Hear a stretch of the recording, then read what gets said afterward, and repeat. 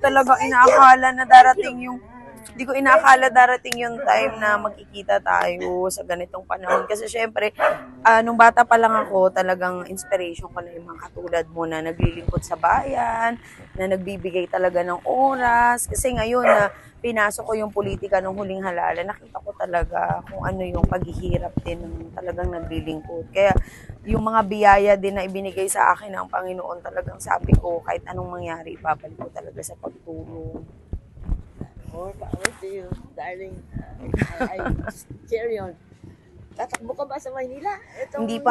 Wala pa akong desisyon, pero ang gusto ko talaga mapagpatuloy yung online registration sa mga senior para sa kanilang mga health insurance, benefits, and at the same time, mabigyan natin ng inspirasyon yung mga kabataan na pagdating ng panahon, sana yakapin din nila yung kaugalian ng Pilipino na maging mapagmahal tsaka magbigay respeto sa mga magulang. Yun lamang po. Siyempre, malaking contribution po. Wow, ang daming bata. Ang dami na pala nating mga ano ngayon. Kamusta naman po kayo? Mabuti naman po. Though nagkakaroon ako ng konting problema dito sa bahay kasi we're trying to sort out the owner. Actually, we're trying to find the owner. And itong pera na binigay mo sa akin ay makakatulong kasi i-excavate po namin yung banyo. And titignan po natin kung sakaling totoo yung mga istorya na baka sakaling doon siya nakaburol. Kasi yung mayari po ay napatay po dito sa loob. Supposedly, yun yung kwento. So, inaalam po natin kung totoo yun o hindi. So, para ma-sort out yung kung sino man ang may-ari ng bahay, and then I hope to be able to also purchase it. Kasi okay. So anyway, good luck po sa inyo. Ang wish ko lang talaga na sana hindi kayo nawawalan ng pag-asa. Na sana yung pagmamahal sa sarili at sa pamilya at sa ibang tao, sana manatili. Kasi ang Diyos po talaga mabait sa lahat ng oras. Palagi niya tayo bibigyan talaga ng guidance. Naniniwala po kasi ako talaga na ang Panginoon talaga tinitingnan tayo. Yun lamang, kailangan natin itapak lagi yung paan natin sa lupa para hindi tayo maligaw at maramdaman natin talaga yung pagmamahal ng ibang tao. Kaya sa mga bata dito, hello, yes. Thank you. More power to you, darling. And just carry on. And sana dumating yung araw, hindi lang ikaw dito sa Maynila, kundi ikaw na mamahala ng DSWD. Sana. Sana nga po. Yes, sana nga po. Ay, hello sa mga kababayan natin. Wow. Parang feeling artista na rin po ako dahil nadikit ako sa inyo. Hi, mga bata. Hello po. Sa mga kapitbahay. Ayan, para sa mga senior citizen po natin na nandito. Ay, wala pa naman kayong mga senior. Parang ako pa lang ata ang feeling senior ngayon kasi napaagay pagiging senior ko.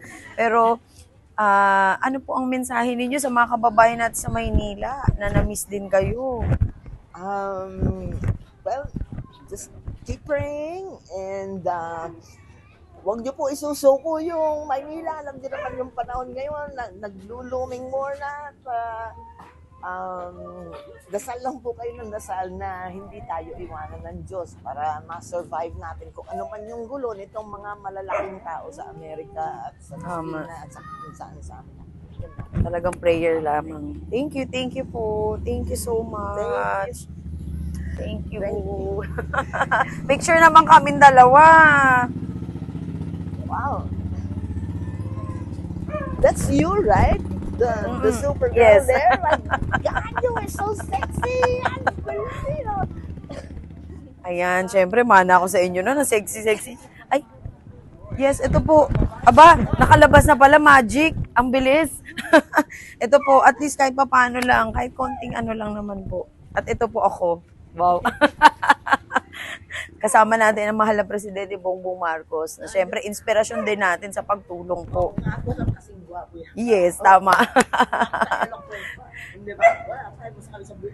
Yeah. Thank you po. Thank you, Misita Astal. Thank you so much. Sana po kung may time kayo makapasyal sa Maynila, welcome na welcome po kayo. Lalo na sa akin, kung ano man po yung maitutulong ko sa panahon, hindi lang ngayon, pero sa mga susunod po. Talagang open po ako para sa inyo. Thank you, Miss Mara. And thank you for choosing to visit me here, ang layo-layo pa ng Oh. layo mo, and I really appreciate it. Okay, thank you. Bye! Thank you po. Baka may mga senior citizen po dito. Kayo po, senior na po ba kayo? Malapit na. Isang taon na lang. Isang taon na lang. Ayan. Yung mga senior citizen po natin, na marami po bang senior citizen dito sa inyong lugar? Wow! Wow! Ayan. Ay, dito kayo.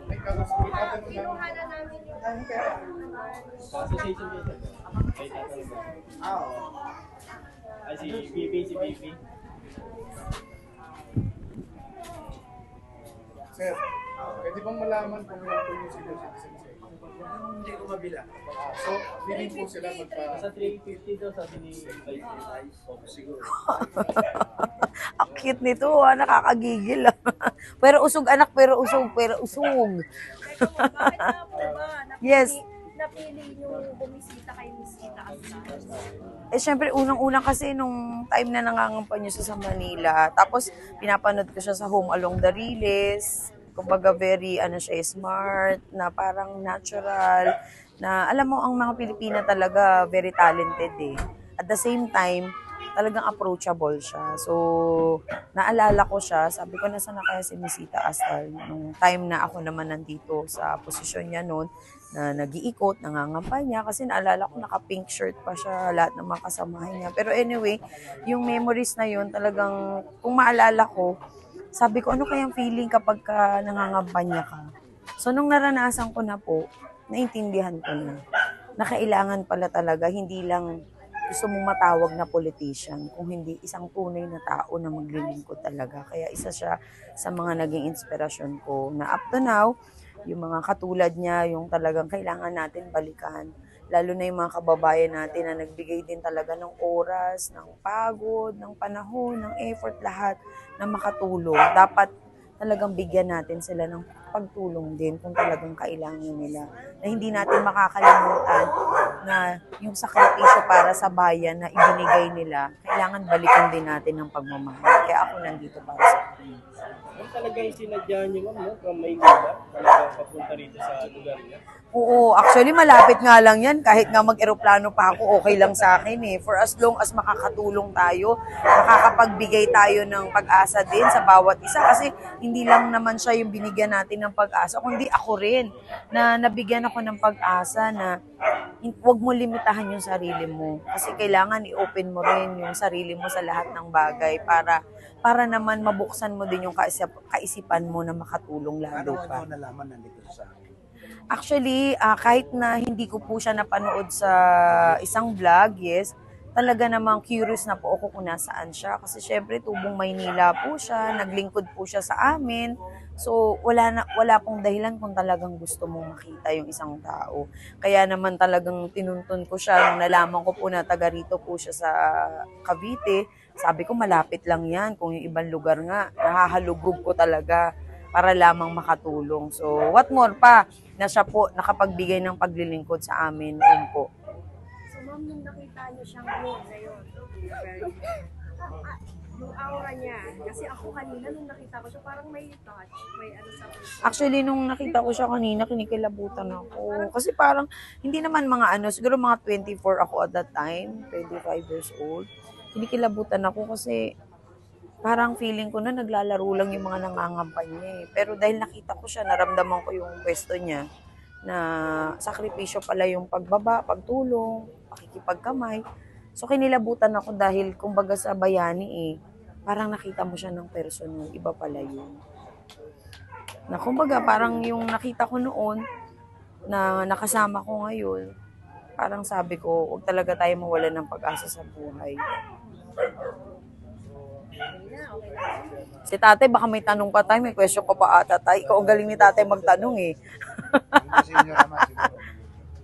Ilan nyo sa barangay mo ngayon.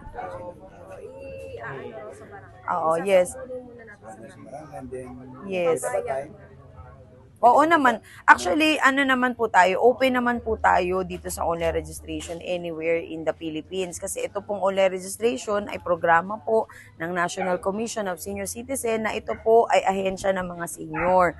Ngayon po, dahil ang budget na 43 billion ay ibinaba na para sa health insurance ng mga senior citizen, kaya karapatan po ng ating mga senior na matanggap ang kanilang benepisyo at malaman nila ang tamang impormasyon na meron pala pong programa para sa kanila. Dahil ito pong programa ay galing po sa national program ng national government na kung saan isa po, syempre, ang mahal na Presidente Bongbong Marcos ang nagsikap din na magkaroon po ito at mapirmahan. Para naman lahat ng senior citizen natin na namomroblema para sa kanilang pagpapacheck up, libreng gamot, libreng x-ray, libreng ultrasound, libreng check-up sa mata, sa tenga, sa puso, dental check-up. Ibig ko sabihin, ito po ay kailangan natin i-spread out talaga. Dahil tayo may mga magulang pa, meron tayong mga kamag-anak na senior citizen na kung saan malaking bagay po na malaman nila ito dahil ang karapatan po ng isang tao ay hindi dapat maalis. At the same time, yung benepisyo na maibibigay po sa inyo, kailangan po matanggap ninyo talaga. Kaya alam ko naman na ang mga barangay hindi naman po tatanggi, lalo na para sa ikakabuti po ng kanilang constituent. Wala naman pong bayad ito dahil kami po ay nagbibigay ng libreng serbisyo, kasama na po ang mga encoders, kasama na po ako sa pagpapaliwanag, ang National Commission of Senior Citizen. At the same time, nandito po maiintindihan ng mga senior kung ano ba ho yung naghihintay sa kanila na maganda para naman makatulong din po para sa kanila. Tatay, kasi nga po, marami-rami na rin naka-register. Pero sa online, Marami na rin. Sa online lang. Okay. Sila lang mismo. Sa Facebook ng ganyan, yung website. Oo. Pero marami pa rin, for sure ma'am, na kasi hindi naman lahat. Kasi ang ano lang po, ang magiging actually problema somehow, kasi kung may mga question na na-skip po doon, pwedeng pumasok yung iyong registration, pero kapag verify mo minsan, invalid. So kami po, kung nag-register na ang isang senior, bine-verify lang po namin para kung invalid siya, i-check mo kung ano po yung naging problema sa technical, bakit hindi nakapasok. Kasi kawawa naman po yung senior kung umaasa siya na mayroon pala siyang benepisyo, yun pala hindi napabilang yung pangalan. So pagka ganun po kasi, okay naman kung nakapagparehistro siya, pero kung kami po makababa at pinayagan ng barangay, pwede natin i-recheck or i-verify po just to make sure lang na ang senior po talagang nakapasok. At the same time po, iba po kasi kung maipapaliwanag talaga yung programa. Kasi alam nyo naman ng mga senior citizen, very excited yan. Pag sinabi mo pa lang, na meron kayong libreng ganito, libreng ganyan, ang unang tanong agad ng senior, paano ba namin yan makukuha? Baka naman mamaya, next year, pa yan makukuha. So, ibig sabihin, maganda pa rin na yan napapaliwanag para kahit paano po, maging maganda rin yung pakiramdam nila na worth pala yung pagpaparehistro kasi meron pala kami inaantay na programa.